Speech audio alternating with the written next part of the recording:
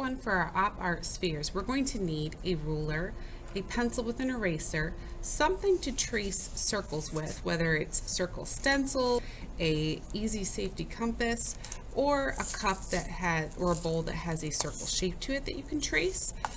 And you're going to want some heavy white paper, the kind of paper that will be really good to use with marker.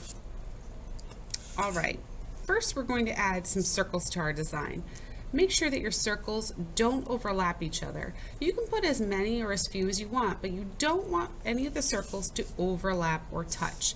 They must be separated from each other.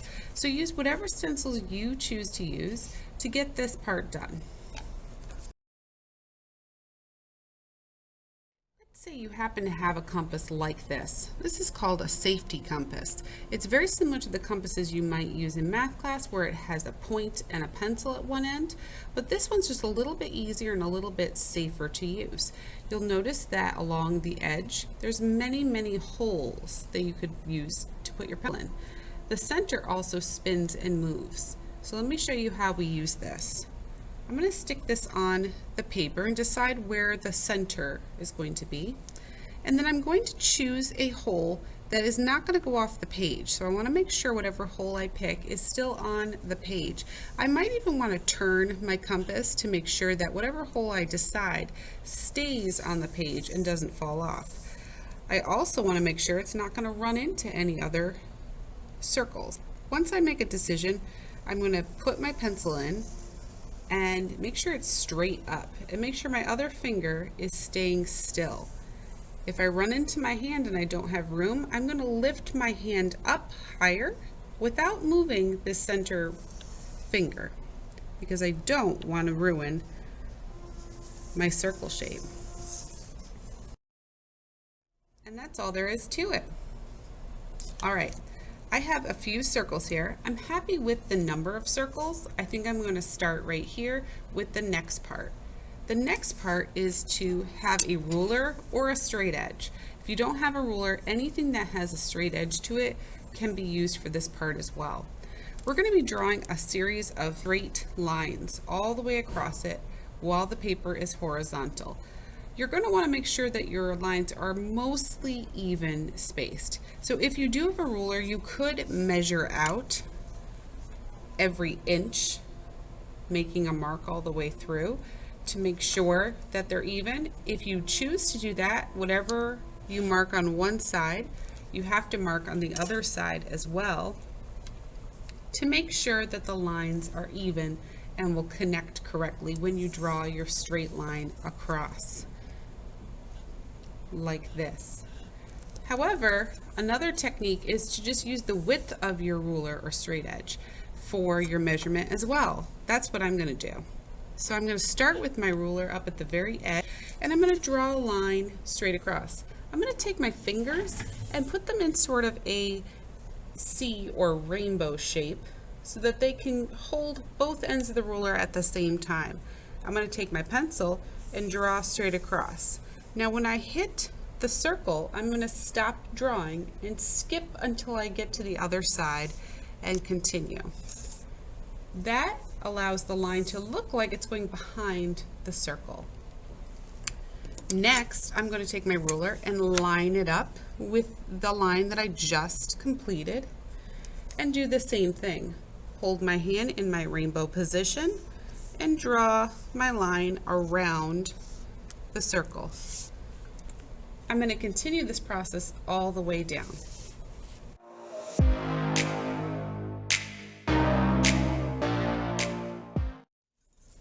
Now if you get to the end and you find that your last little bit is a little too small compared to the rest, that's okay. We just wanted the majority of it to be pretty even. Now we're going to rotate our paper, so now we're looking at it from a vertical position, and we're going to repeat that process, this time going in the opposite direction.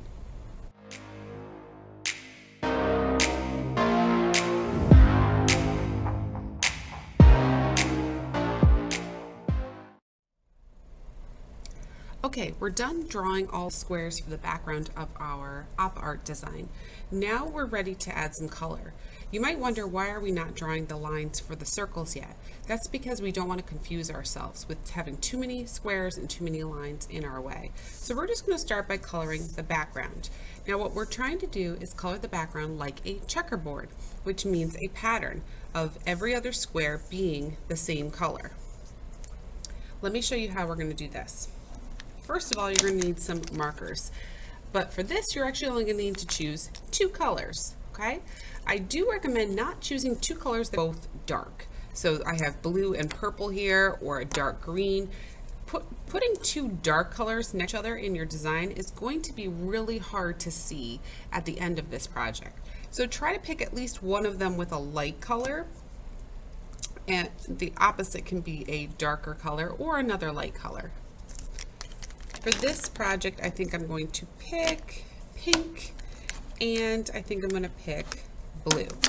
Now, between the colors pink and blue, pink is going to be my lighter of the 2 colors. So whatever is your lighter of 2 colors, you're going to start with that color for your checkerboard. The reason why we start with the lightest color is if we make a mistake and accidentally color the wrong square with the wrong color, the light color is going to be very easy to cover with the dark color. But if I start with my dark color and I cover it up with my lighter color, it's not going to work very well. So start with your light color. That way, if you make mistakes, you can more easily cover them up. Let me show you how we're going to create our pattern. I'm going to start with my first square being colored in completely with my marker. Now, after I create my first one, I have to figure out where are my next ones going to go. And you can do this one at a time, just sort of going along, or you can pre-mark it either with a pencil or with your actual marker so that you don't lose track of what you should be doing. So whatever one you just did, you're going to always make sure that the color next to it is different. You should never have 2 of the same color right next to each other in a row. So we have pink, white, pink, white, pink, white, pink, white, pink, white.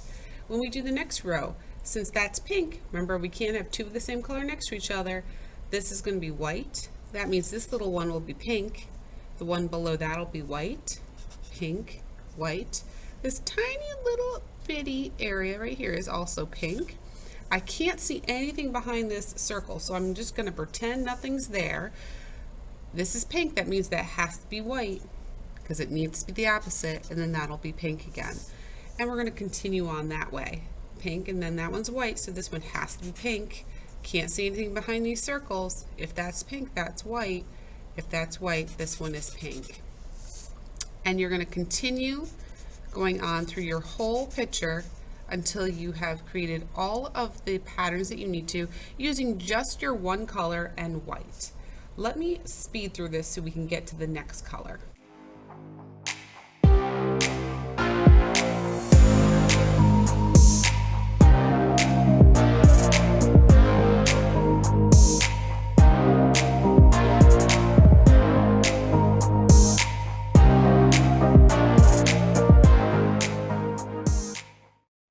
Okay, my first color is done. I went through all of it with pink, making sure that I did the opposite color every single time, so now it looks like a nice white and pink checkerboard.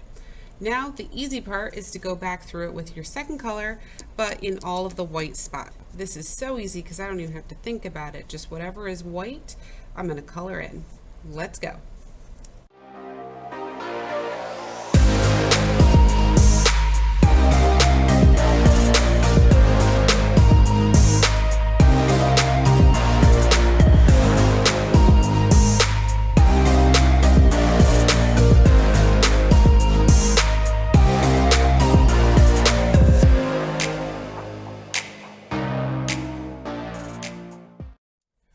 Okay, the entire background is now done. Now we are ready to working on our circles. This part is going to not require any rulers at all, just your pencil and the same 2 markers that you had been using. So what we want to do is create a checkerboard on top of our circles, but we don't want our checkerboard to be straight lines. what we want to do is actually make these circles look like they are popping out. And so in order to do that, we need to curve our lines. It's going to create an optical illusion that our circles are now spheres, that they're popping out of each. So here is what you're going to do. First of all, don't worry about trying to match up with the background. If it works out, awesome, but don't worry too much if they match up. I'm going to start by doing a line at the top of my circle, and I'm going to have my line go to the bottom. But instead of doing a straight line, I'm going to try to do a curved line.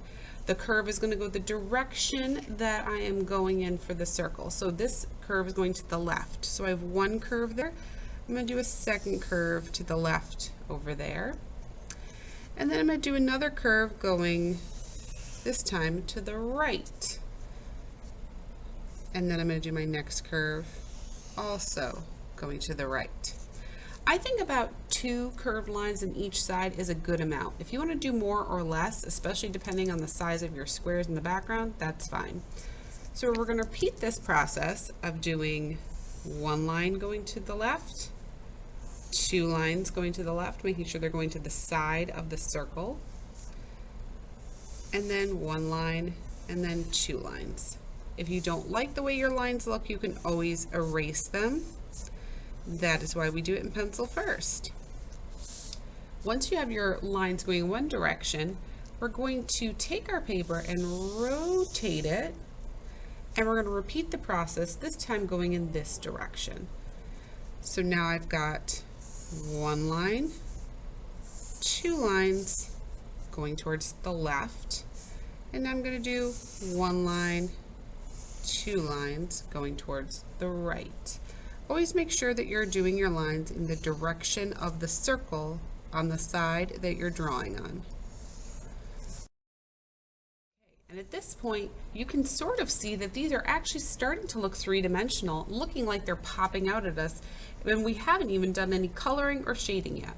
So this is a really cool way of creating a 3-dimensional look with your circles without having to do too much effort. All right, now we're ready to do our checkerboard on these circles. First of all, don't worry about trying to get the board to match the color that is above it. Just worry about making sure that the checkerboard pattern is consistent with inside your circle. Don't try to coordinate it with the outside, just try to get it to work with what's going on inside your space.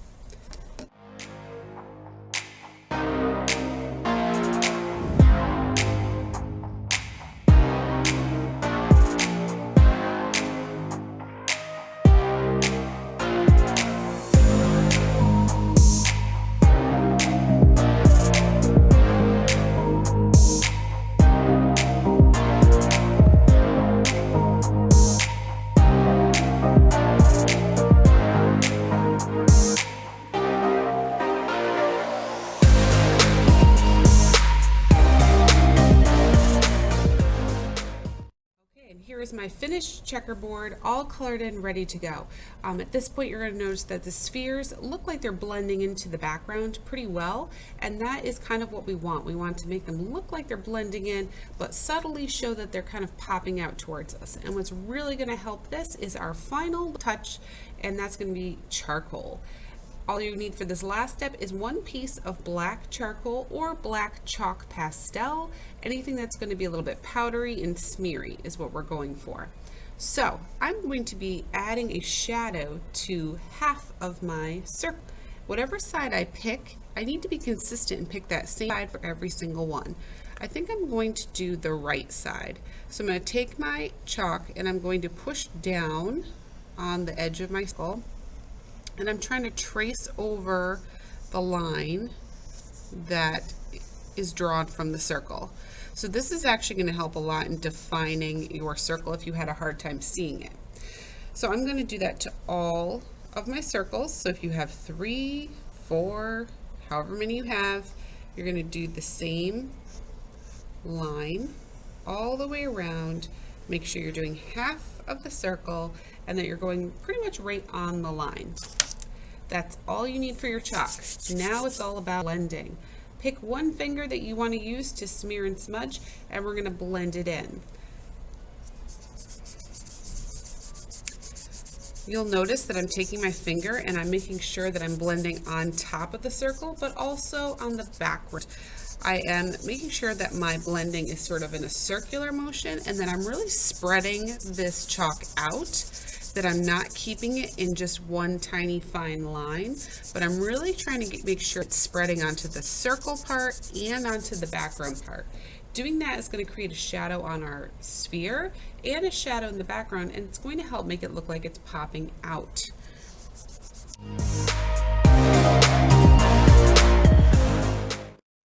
All right, my one sphere is completed, and you can see how just by adding that little bit of a shadow, it's really popping this right off of the page and making it look so cool and so three-dimensional.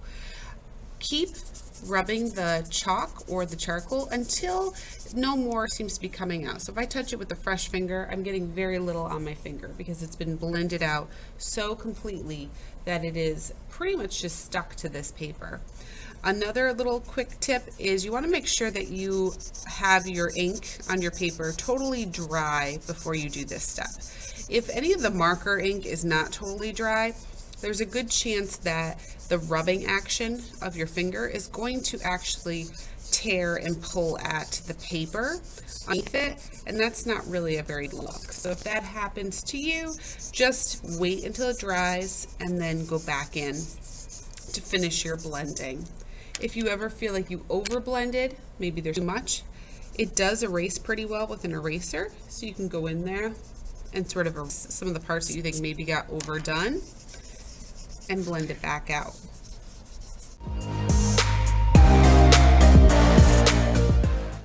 All right, and there we have our completed op art design. Our spheres look like they're popping right out of the page with the help of our trusty little piece of charcoal or chalk pastel to really finish it off. I hope you guys had so much fun making this optical illusion with me, and I can't wait to see some of these popping out all over the internet.